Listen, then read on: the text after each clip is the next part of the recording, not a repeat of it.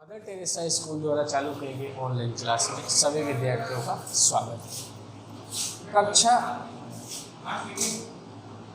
9th को संस्कृत में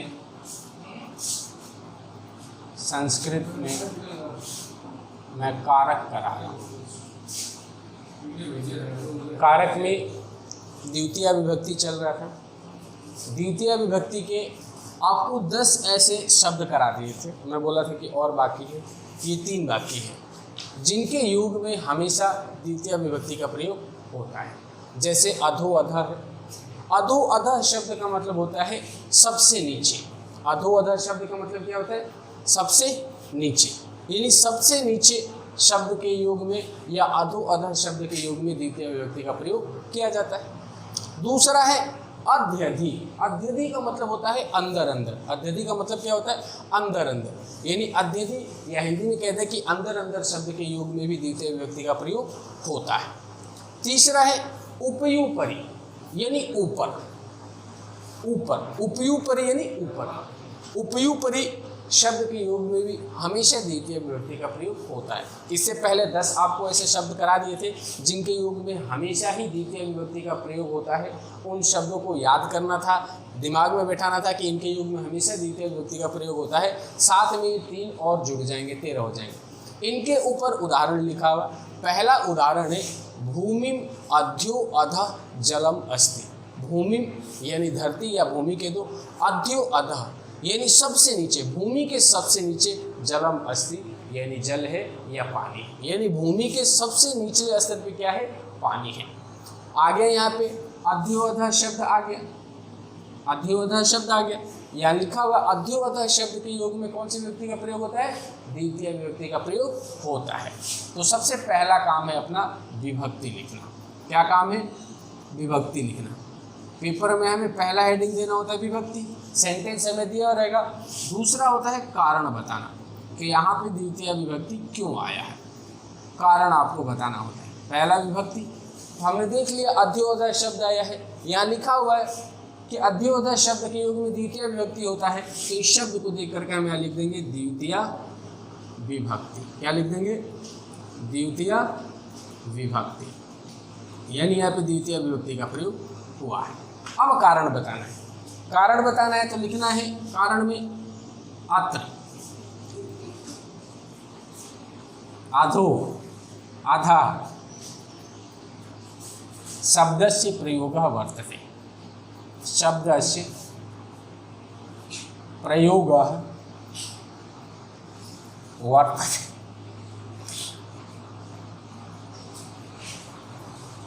इत्यत्र कारण,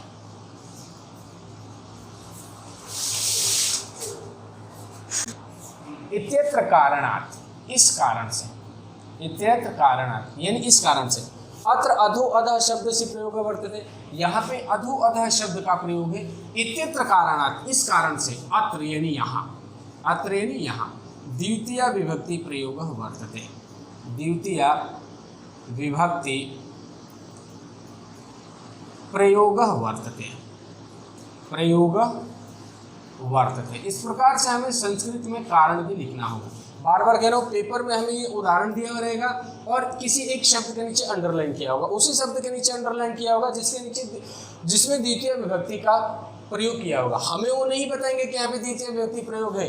हमें इन शब्दों को, उसके आगे वाले शब्दों को देख करके कि अधो अधः शब्द के योग में द्वितीय विभक्ति का प्रयोग होता है, और नहीं तो हमें शब्द रूप याद हो, तब हम डायरेक्ट कह सकते हैं कि यहाँ पे द्वितीय विभक्ति का प्रयोग हुआ है। उसके बाद विभक्ति लिखने के बाद हमें कारण देना होगा, वो भी संस्कृत में। जैसे यहाँ अत्र अधो अधः शब्द से प्रयोग वर्तते, यहाँ पे अधो अधः शब्द का प्रयोग है। इत्यत्र कारणात् अत्र द्वितीय विभक्ति प्रयोग वर्तते, इस कारण से यहाँ पे द्वितीय विभक्ति का प्रयोग हुआ है या है। अब दूसरे में भी, दूसरे उदाहरण में भी ऐसे ही विभक्ति पहले लिखना है। पहले विभक्ति हेडिंग डाल देंगे, उसके बाद कारण लिखेंगे, उसके बाद हेडिंग आएगा कारणम, कारण। ठीक है। अब है विभक्ति। लोकम शब्द के नीचे अंडरलाइन किया हुआ, यानी इसमें बताना है हमें विभक्ति और कारण बताना। तो यहाँ पे देखो, लोकम शब्द के आगे अध्यधि आया हुआ है। अध्यधि का मतलब होता है अंदर अंदर। अध्यधि या अंदर अंदर शब्द के योग में हमेशा किसी व्यक्ति का प्रयोग होता है द्वितीया का। तो हम यहाँ लिख देंगे द्वितीया विभक्ति, यहाँ लिख देंगे द्वितीय विभक्ति। क्यों? क्योंकि हमारे सामने स्पष्ट को 13 शब्द दिए हुए कि इन 13 शब्दों के योग में हमेशा ही द्वितीय विभक्ति का प्रयोग होता है। कारण में वैसे ही जैसे लिखे इसमें भी लिख देंगे अत्र, शब्द चेंज कर देंगे अध्यधि, अध्यधि शब्दस्य प्रयोग वर्तते, यानी यहाँ पे अध्यधि शब्द का प्रयोग है, प्रयोग वर्तते, यानी यहाँ पे अध्यधि शब्द का प्रयोग। इत्यत्र कारणात्, इत्यत्र कारणात्, इस कारण से, अत्र यानी यहाँ द्वितीया विभक्ति प्रयोग वर्तते, द्वितीया विभक्ति प्रयोग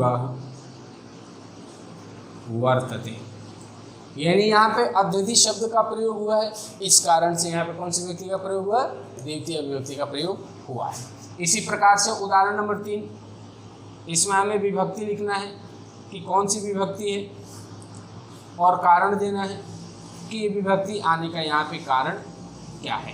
ठीक है, तो पहले लोकम, लोकम शब्द के नीचे अंडरलाइन किया हुआ मिलेगा, लोकम उपयुपरि सूर्य अस्ति, यानी संसार के ऊपर, लोकम का मतलब संसार या दुनिया, संसार के ऊपर, ऊपर क्या है? सूर्य है। संसार के ऊपर, ऊपर क्या है? सूर्य है, नीचे नहीं है, ऊपर ऊपर।